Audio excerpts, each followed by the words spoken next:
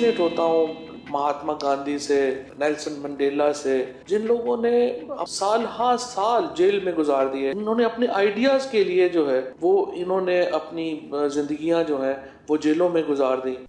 وطن عزیز دنیا کا وہ بدقسمت ترین ملک ہے جہاں پر روز اول سے ہی فوجی حکومت قائم رہی ہے. تقریباً 3 دہائیوں تک یہاں پر مارشل لا نافذ رہا، اور جب فوجی حکومتیں ملک کو تباہی کے دہانے پر پہنچا دیتی ہیں تو لولے لنگڑے سیاستدانوں کو ظاہراً حکومتیں سونپ دی جاتی ہیں، مگر حقیقت میں فوجی راج ہی نافذ رہتا ہے. مشرف کا دور کئی حوالوں سے ملک کی تباہی کا دور تھا، لیکن جسٹس فخر النساء کے الفاظ میں یہ عدلیہ کا سیاہ ترین دور تھا، اور عدلیہ کے وقار کو اس پستی تک گرانے میں لاہور ہائی کورٹ کے سابق چیف جسٹس افتخار حسین چودھری اور ان کے بھتیجے فواد چودھری کا نام تاریخ میں ہمیشہ سیاہ حروف سے لکھا جائے گا. جستجو میں آج ہم یہ جاننے کی کوشش کریں گے کہ فواد چودھری کے خاندان کی تاریخ کیا ہے. 100 سالہ سیاسی تاریخ پر مشتمل خاندان میں فواد چودھری نے کب نظریاتی سیاست کو چھوڑ کر اقتدار کی سیاست شروع کی؟ بطور وکیل انہوں نے کیسے رشوت سے کروڑوں روپے کمائے؟ مبشر لقمان اور سمیع ابراہیم جیسے صحافیوں کو تھپڑ مارنے کی کیا وجہ تھی؟ اور سب سے بڑھ کر ان کی گرفتاری کی آخر کیا وجہ ہے؟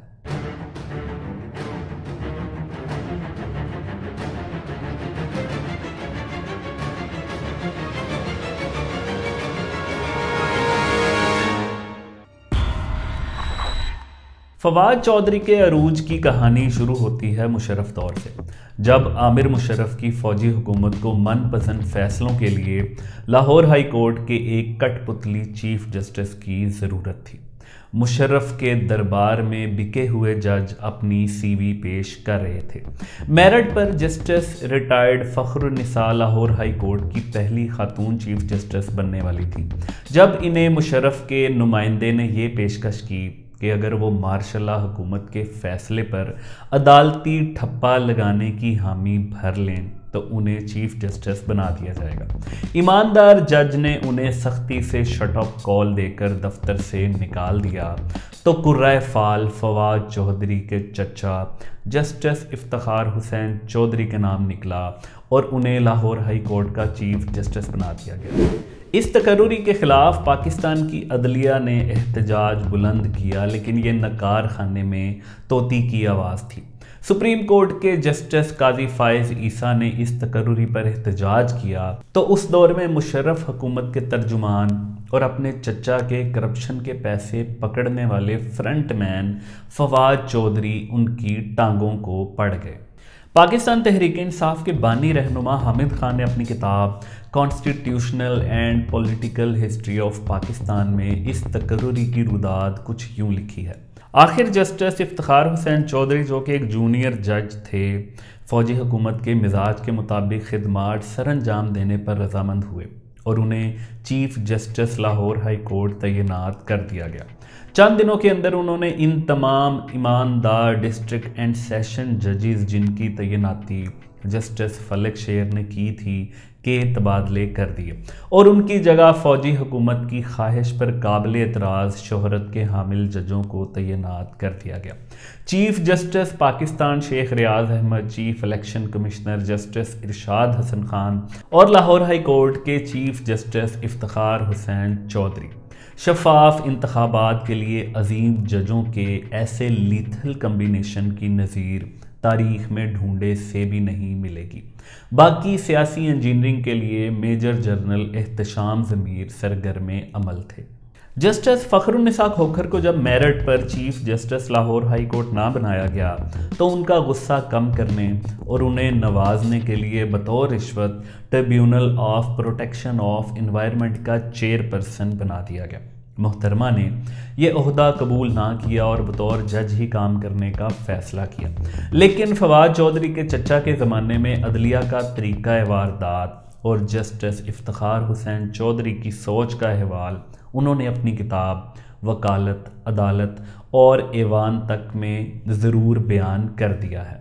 جسٹس افتخار حسین چودھری نے مجھے فون کیا اور مبارکباد دی اور کہا بی بی آپ کو بہترین امپورٹڈ کاریں ملیں گی، آپ کی تنخواہ آپ کی موجودہ تنخواہ سے 4 گنا زیادہ ہوگی اور آپ پورے پاکستان کی ماحولیات کی چیئرمین ہوں گی۔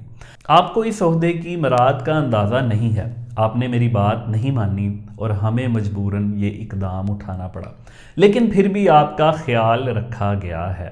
جنرل پرویز مشرف کا دور دراصل پاکستان کی تباہی اور فواد چودھری جیسے ناکام سیاستدانوں کے عروج کا دور ہے۔ وہ فواد چودھری جو الیکشن پر کھڑے ہوتے تو عوام صرف 162 ووٹ دیا کرتی تھی، یعنی ان کے قریبی رشتہ دار ہی ان کے ووٹر تھے، مگر مشرف دور میں اس ناکام وکیل اور سیاستدان نے دونوں ہاتھوں سے عہدے اور پیسے کو سمیٹا، کیونکہ عدلیہ کا سیاہ ترین دور تھا اور فواد چودھری اپنے چچا chief justice Lahore high court کے فرنٹ مین تھے جو مرضی کے فیصلے کروانے کے لیے ان کے بہاف پر رشوت لیا کرتے تھے۔ یہ افسوسناک رودات سنانے سے پہلے ہم یہ جاننے کی کوشش کرتے ہیں کہ آخر فواد چودھری ہیں کون اور ان کا تعارف کیا ہے۔ فواد چودھری کا تعلق جہلم کی تحصیل دینا کے باعزت سیاسی خاندان سے ہے جو لدڑ خاندان کے نام سے مشہور ہے۔ ان کے دادا چودھری محمد اویس تحریک آزادی میں قائد اعظم کے ساتھی تھے۔ انہیں نظریہ پاکستان ٹرسٹ کی طرف سے گولڈ میڈل بھی دیا گیا اور وہ مسلم لیگ کی طرف سے رکن صوبائی اسمبلی بھی رہے۔ قائد اعظم کے ساتھی تھے۔ ضلع جہلم میں چودھری محمد اویس مسلم لیگ کے پہلے صدر تھے۔ کئی دہائیوں تک ان کے بزرگوں نے نظریاتی اور اصولوں کی سیاست کی اور معاشرے میں عزت کمائی، لیکن پھر نئی نسل نے پاکستان میں کنگز پارٹی کا ساتھ دینا شروع کر دیا۔ یعنی پاکستان میں کنگز پارٹی ہمیشہ وہ تیسری پارٹی رہی ہے جو آرمی کی طرف سے بنائی جاتی ہے اور اس میں آرمی کے من پسند سیاستدان شامل ہوتے ہیں جو کہ فوج کے اشاروں پر کٹ پتلیوں کی طرح ناچتے ہیں۔ چودھری محمد اویس کے صاحبزادے چودھری الطاف حسین جو جوڑ توڑ کی سیاست کے ماہر تھے، لیکن انہوں نے جنرل ایوب خان کے مارشل لا میں ببانگ دہل فاطمہ جناح کا ساتھ دیا، ذوالفقار علی بھٹو کی جمہوری آمریت کی مخالفت کی۔ ان سے جنرل ضیاء الحق کی مجلس شورا میں شامل ہونے کی غلطی ضرور ہوئی، لیکن انہوں نے پیپلز پارٹی میں شامل ہو کر اس کا ازالہ کرنے کی کوشش کی۔ 1993 میں 4 ماہ کے لیے وہ گورنر پنجاب بنے اور پھر محترمہ بینظیر بھٹو نے 1994 میں وزیر اعظم بن کر انہیں دوبارہ گورنر پنجاب بنایا۔ وہ گورنر پنجاب ہی تھے جب اسی عہدے پر یعنی گورنرشپ پر رہتے ہوئے ان کی وفات ہو گئی۔ چودھری محمد اویس کے بیٹے چودھری شہباز حسین نے اپنے بھائی کی وفات کے بعد کنگز پارٹی جوائن کر لی اور پرویز مشرف کے ساتھ آن ملے۔ آل پاکستان مسلم لیگ کی ٹکٹ پر حلقہ N62 سے وہ رکن قومی اسمبلی بنے اور مشرف نے انہیں وفاقی وزیر برائے بہبود آبادی بنا دیا۔ چودھری محمد اویس کے سب سے چھوٹے بیٹے جسٹس افتخار حسین چودھری کی زندگی کے کچھ درخشاں گوشوں سے ہم آپ کو روشناس کروا چکے ہیں۔ چودھری الطاف حسین کے بیٹے چودھری فروخ الطاف نے بھی والد کے بعد مشرف کو جوائن کر لیا۔ ان کی حمایت سے 2 بار جہلم کے ضلعی ناظم منتخب ہوئے، پھر نئی کنگز پارٹی تحریک انصاف میں شامل ہو گئے اور حلقہ N66 جہلم سے رکن قومی اسمبلی منتخب ہوئے۔ عمران خان کے خلاف عدم اعتماد کی تحریک آئی تو سندھ ہاؤس میں جو منحرف ارکان جمع ہوئے ان میں یہ چودھری فروخ الطاف بھی شامل تھے، جس پر فواد چودھری نے اپنے اس کزن سے، جن کے بارے میں یہ بھی کہا جاتا ہے کہ ان کے ساتھ ان کا پرسنالٹی کلیش بھی رہتا ہے، انہیں ایک ٹویٹ میں بے شرم بھی کہہ دیا۔ چودھری فروخ الطاف نے نواز شریف سے ایک ملاقات کے بعد مسلم لیگ نون میں شامل ہونے کا فیصلہ کر لیا اور اب یہ کہا جا رہا ہے کہ اگلے انتخابات میں انہیں جہلم سے مسلم لیگ نون کی ٹکٹ بھی دی جائے گی۔ چودھری محمد اویس کے ایک اور صاحبزادے سیاسی منظرنامے اور میڈیا سے دور رہے جن کا نام چودھری نسیم حسین ہے۔ ان کے 3 صاحبزادے یعنی فواد حسین چودھری، فراز حسین چودھری اور فیصل چودھری ہیں۔ فراز چودھری جہلم سے PTI کے عہدیدار ہیں جبکہ فیصل وکالت کے پیشے سے منسلک ہیں، سنگین غداری کیس میں مشرف کے وکیل رہے ہیں اور ایڈیشنل ایڈوکیٹ جنرل بھی رہ چکے ہیں۔ اپنے خاندان کی طرح اسٹیبلشمنٹ کے حمایت یافتہ ہیں اور اکثر انہی کے کیسز میں وکالت کرنے کے لیے مشہور ہیں۔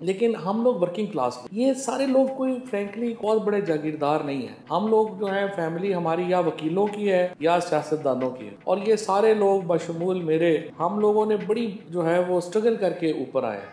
سب نو بڑی جو ہے ہم میکسیمم اپر مڈل کلاس کے لوگ ہوں گے. لیکن جب فواد چودھری نئے نئے نیوز چینلز پر مشرف کی حمایت کرتے اور پاکستان کے بڑے وکلاء میں شمار ہونے لگے تو ان کا طرز زندگی اتنا شاہانہ ہو گیا اور انہوں نے کتنا پیسہ کمایا، اس کا احوال وہ خود کچھ یوں بتاتے ہیں. اور فرینکلی میں آپ کو بتاؤں کہ میں جب الیکشن سے پہلے میں کمرشل ایئر لائن سے سفر کرنا ہی بھول گئے تھے، کیونکہ جب بھی ہم جاتے تھے اپنے جہاز میں جاتے تھے. اور تو جب میں وزیر بنا اور پہلی بار مجھے کراچی کمرشل فلائٹ سے جانے لگا تو مجھے اچانک یہ ہوا کہ یہ کس قدر I really thought کہ میں کس طرح سے یہ جہاز میں جاؤں گا. فواد چودھری پرویز مشرف کی جماعت آل پاکستان مسلم لیگ کے میڈیا کوارڈینیٹر کے طور پر کام کر رہے تھے، مگر کیونکہ خود ان کے بقول وہ کوئی نظریاتی سیاست نہیں کرتے تو جب مشرف کا زوال شروع ہوا تو اب یہ لازم تھا کہ فواد چودھری ان کی ڈوبتی کشتی سے کسی بحری جہاز میں منتقل ہو جائیں اور اپنا سفر جاری رکھیں. تو انہوں نے پاکستان پیپلز پارٹی میں شامل ہونے کا سوچا. ان کے تایا چودھری الطاف حسین کی وجہ سے، ان کی زبان درازی کی شہرتوں کی وجہ سے انہیں پیپلز پارٹی میں ہاتھوں ہاتھ لیا گیا. یوسف رضا گیلانی وزیر اعظم تھے تو انہیں خصوصی معاون برائے سیاسی معاملات مقرر کیا گیا. نواز شریف کالا کوٹ پہن کر سپریم کورٹ جا پہنچے اور یوسف رضا گیلانی کو گھر جانا پڑا تو راجہ پرویز اشرف نے وزیر اعظم بن کر انہیں دوبارہ معاون خصوصی بنا لیا. آپ بجا طور پر فواد چودھری کو اس دور کا شہباز گل کہہ سکتے ہیں. 2013 میں فواد چودھری نے ایک بار پھر عوامی نمائندے کے طور پر پیپلز پارٹی کے ٹکٹ پر اپنی مقبولیت چیک کرنے کی کوشش کی تو حلقہ NA 63 سے وہ ایک بار پھر ناکام ہوئے. فواد چودھری کی سیاست کچھ زیادہ نہیں چل رہی تھی اور ان دنوں ان کا کام بس یہ تھا کہ وہ ٹی وی پر بیٹھ کر پاکستان تحریک انصاف اور عمران خان کی اچھی خاصی کلاس لیں، کیونکہ یہ شیخ رشید کے بقول ایک تانگے کی پارٹی تھی اور یہ ایک آسان پنچنگ بیگ تھا. لیکن پھر اس عمل میں کامیابی کے بعد فواد چودھری نے باقاعدہ نیوز اینکر کے طور پر ایک ٹی وی چینل جوائن کر لیا اور پیپلز پارٹی کے سیاستدان کے طور پر مخالف سیاستدانوں پر تنقید کرنے لگے. تو اصل کام ہے وہ بھول جاتے ہیں. تقریر جو ہے وہ پرانے کی پرانی وہی جو تقریر ہے وہی پرانے کی پرانی جو ہے چلی آ رہی ہے. معاملہ پیناما لیگ کا تھا، نواز شریف صاحب کا معاملہ تھا، کل کہہ دیا کہ ہم سندھ سے جو ہے وہ کرپشن کی شروع کر رہے ہیں. جب وہ دور تھا جب PTI کنگز پارٹی بن چکی تھی تو فواد چودھری نے اس ٹائٹینک میں سوار ہونے کا فیصلہ کر لیا. اس وقت پاکستان کا سب سے بڑا جہاز یہی تھا، یعنی جون 2016 میں انہوں نے PTI میں شمولیت اختیار کی تو اس کے ساتھ ہی انہیں ضمنی انتخابات کے لیے ٹکٹ دے دیا گیا، مگر وائے افسوس وہ ایک بار پھر ناکام ہو گئے. فواد چودھری مسلسل ناکامیاں سمیٹ رہے تھے، بس ان کی یہی کامیابی رہی کہ مشرف دور میں انہوں نے اچھا خاصا پیسہ کما کر آنے والی ساری زندگی سیٹ کر لی اور ٹی وی چینلز میں اپنی زبان درازی کی وجہ سے نام بنا لیا. مگر اب الیکشن تھے 2018 کے. عمران خان کی قسمت بدلنے والی تھی. وہ امپائر کی انگلی تھامے جس وزیر اعظم ہاؤس کو کئی دہائیوں سے حسرت سے دیکھا کرتے تھے، اب اس میں جانے کا وقت تھا. اور ان کے ساتھ فواد چودھری بھی تھے جو سینٹ کے لیے ساری عمر ترستے آ رہے تھے. ان کے لیے بھی یہ نادر موقع تھا. جب الیکشن مینیج ہو رہے تھے تو اسی حلے میں وہ بھی دیگر لوگوں کے ساتھ قومی اسمبلی میں جا پہنچے اور پھر ایسا ہی ہوا. وہ فواد چودھری جو مسلسل جہلم سے ناکام ہوتے آئے تھے، تبدیلی کی ہوا میں انہیں حیران کن طور پر NA 67 جہلم 2 سے 93,102 ووٹ ملے اور انہوں نے PP 27 جہلم 2 سے بھی کامیابی حاصل کی. اب فواد چودھری کا ایک نیا روپ سامنے آنے والا تھا. وہ فواد جو زبان دراز تھے اب وہ ہاتھ چھٹ بھی ہونے لگے اور اپنے سابقہ پیٹی بھائیوں پر ہاتھ اٹھانے لگے. فواد چودھری شاید آرمی کی سپورٹ پر اتنے نازاں تھے کہ انہوں نے اسٹیبلشمنٹ کے پالے صحافی سمی ابراہیم کو ہی تھپڑ دے مارے۔ اور اب فاؤل کس کی طرف سے ہوا یہ ہم کیا کہہ سکتے ہیں، لیکن فواد چودھری یہیں پر نہیں رکے، بلکہ ایک اور صحافی مبشر لقمان کو بھی ان کی صحافت کرنے کی اور فواد چودھری کے خلاف شوز کرنے کی سزا دے ڈالی، جب ایک شادی میں ان پر بھی تھپڑوں کی بارش کر دی۔ فواد چودھری کا لبرل ٹچ ہم آپ کو اس سے پہلے بتا چکے ہیں، لیکن کئی سیاسی جماعتوں میں رہنے والے فواد چودھری دل سے یہ چاہتے تھے کہ وہ اپنے سابقہ محسنوں پر تنقید نہ کریں۔ یوسف رضا گیلانی صاحب کی ذات کا حوالہ آتا ہے یا بلاول صاحب کا آتا ہے تو وہ بھی میں لحاظ کرتا ہوں، بہت میرا ان کا احترام ہے۔ پی ٹی آئی کی لیڈرشپ کہتی تو ہوگی کہ بلاول بھٹو کے خلاف بولیں، پرسنل ریلیشن شپ جو ہوتے ہیں نا ان کو آپ طرح سے میرا خیال ہے اس کی ایک اپنی اہمیت ہے۔ اگر آپ کل کو کسی بات پہ اختلاف ہو جائے عمران خان سے، یہ تو نہیں ایکسپیکٹ ہو سکتا کہ ایکسپیکٹ کرنا چاہیے میں پرائم منسٹر صاحب کو یا عمران خان کے خلاف ہی بولنا شروع ہو جاؤں۔ اس سے میرا خیال ہے ایک بندے کا کریکٹر جو ہے اس کا پتہ چلتا ہے۔ لیکن جب Fawad Chaudhry P T I میں آئے تو انہوں نے اپنے ہی الفاظ کی پاسداری کرنا ضروری نہ سمجھی، اور جس زبان سے وہ بلاول بھٹو کے قصیدے پڑھتے تھے اسی زبان سے ان کے سیاسی قد کاٹ پر تبصرے کرنے لگے۔ بلاول بھٹو جو ہیں ان کی جو کل کی تقریر تھی جس میں سیلاب جو ہے وہ اوپر سے آ رہا، آسمان سے آ رہا تھا، میرا خیال ہے بلاول صاحب کے اوپر سائیکلون گر گیا، سمجھ نہیں آ رہی کہ انہوں نے کرنا کیا۔ دیکھیے پہلی تو میں کہوں گا نواز شریف صاحب کے منسٹر صاحب ہیں اور نواز شریف صاحب کے کارکن بلاول بھٹو صاحب کو کہ آپ اپنے قد کے مطابق بات کریں۔ آپ پاکستان کی ایک پارٹی کے وزیر ہیں تو آپ اس طرح کی بڑی بڑی باتیں ریویزیں نہ کریں گے، لیڈرشپ کا کام ہے، وہ دیکھیں گے کیا کرنا ہے۔ فواد چودھری اس وقت گرفتار ہیں، ان پر الیکشن کمیشن کے ارکان کو دھمکیاں دینے کا الزام ہے۔ اسی الزام میں مسلم لیگ نون کے نہال ہاشمی سے قبل جیل کاٹ چکے ہیں۔ میری رائے میں کسی بھی ادارے پر تنقید پر کسی سیاستدان کو گرفتار کرنا اور زبان بندی کی کوشش کرنا انگریز دور کے کالے قوانین کا حصہ ہے۔ یہ وہی غلطیاں دہرائی جا رہی ہیں جو اس سے پہلے پی ٹی آئی کرتی رہی، اس سے پہلے نون لیگ کرتی رہی، اور اس سے پہلے پیپلز پارٹی کے دور میں بھی ایسا ہی کچھ ہوا، اور پھر مارشل لاؤں کی ایک لمبی تاریخ ہے۔ لیکن پی ٹی آئی یہ پلی نہیں لے سکتی، کیونکہ افسوس کے ساتھ اپنے دور حکومت میں ان کالے قوانین کو ختم کرنے کے بجائے انہوں نے سیاسی مخالفین کو جیلوں میں بند کروایا، ان کے خلاف نیب کے کیسز بنوائے۔ فواد چودھری کی گرفتاری پر ان کی اہلیہ ہبہ فواد جو ایک فیشن ڈیزائنر ہے اور نسا کے نام سے کامیاب فیشن برانڈ کی مالک ہیں، وہ بہادری سے حالات کا سامنا کر رہی ہیں۔ فواد چودھری خود اپنے الفاظ میں نظریاتی سیاستدان نہیں تھے اور صرف اقتدار ان کی چاہت رہی ہے، لیکن اب ایسا لگ رہا ہے کہ وہ نظریاتی سیاستدان ہو رہے ہیں۔ وہ عمران خان کے ساتھ مل کر ایک غلامی سے آزاد ہونے کی جنگ لڑ رہے ہیں، ایسا ہی لگ رہا ہے جیسے انگریز کا دور ہے۔